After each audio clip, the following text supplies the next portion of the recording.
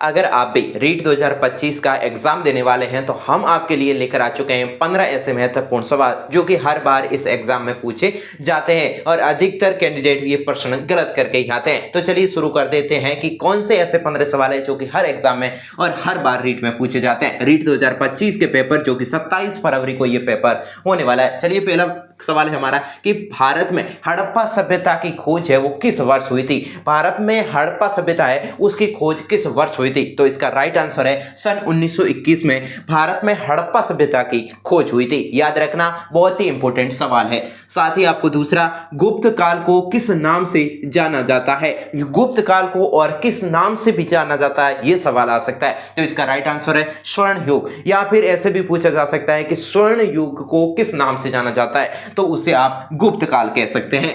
तो अगला सवाल, कौन सा सम्राट बौद्ध धर्म का संरक्षक बना था, यानी कि ऐसा कौन सा सम्राट था जो कि बौद्ध धर्म का संरक्षक बना था। तो इसका राइट आंसर रहने वाला है अशोक। सम्राट अशोक है वो बने थे बौद्ध धर्म के संस्थापक। He is the perfect question है, आपको याद रखने होंगे।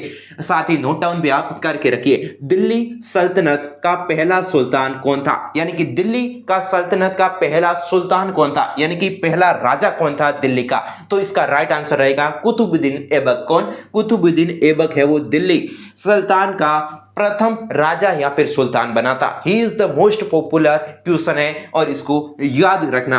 अगला सवाल है हमारा पांचवा, महात्मा गांधी ने दांडी मार्च कब शुरू हुआ था। यहां पर यह भी सवाल आ सकता है कि दांडी मार्च है वो कब शुरू हुआ था। तो इसका राइट आंसर है कि महात्मा गांधी ने दांडी मार्च है वो शुरू किया था 12 मार्च 1929 में। यहां पर आप देख सकते हैं, यहां पर दांडी मार्च आया है तो आपको है वो यहां पर परफेक्ट कर लेना है कि ये मार्च में ही हुआ है। 12 मार्च 1929 में ये हुआ है। अगला छठा सवाल है कि भारतीय राष्ट्रीय कांग्रेस की स्थापना किसने की थी। कांग्रेस एक पार्टी है तो भारतीय राष्ट्रीय कांग्रेस पार्टी की स्थापना है वो कब हुई थी। तो इसका राइट आंसर है 1885 में है वो भारतीय राष्ट्रीय कांग्रेस की स्थापना हुई थी। अगला सातवां सवाल है हमारा कि राष्ट्रीय संविधान, कौन सा राष्ट्रीय संविधान कब लागू हुआ। यहां पर ऐसे भी आ सकता है कि संविधान कब लागू हुआ।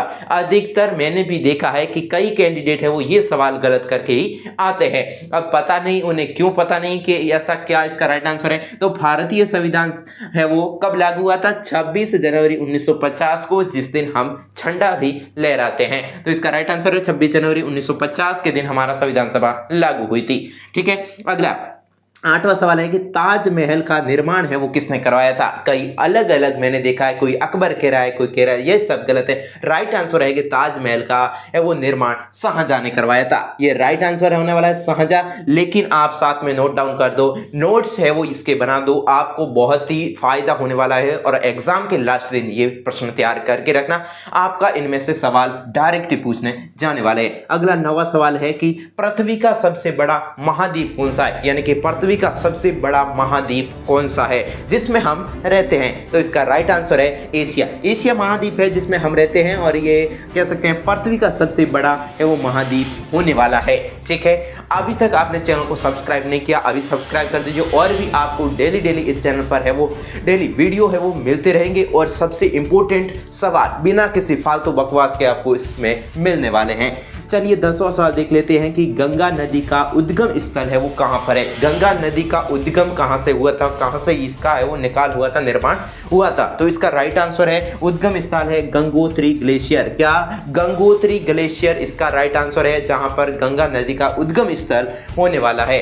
तो चलिए अगला 11वां सवाल देख लेते हैं। तो 11वां सवाल है कि कौन सा ग्रह लाल ग्रह के नाम से जाना जाता है, या फिर कह सकते हैं कि ऐसा कौन सा ग्रह है जिसे लाल ग्रह भी कहा जाता है। तो इसका राइट आंसर वाला है मंगल ग्रह। कौन सा मंगल ग्रह है वो इसका राइट आंसर होने वाला है कि मंगल ग्रह है जिसे हम लाल ग्रह के नाम से भी जानते हैं। ठीक है। ये सवाल आते हैं, घुमा के पूछे जाते हैं, जो कि आप कंफ्यूज होकर गलत करके आ जाते हो।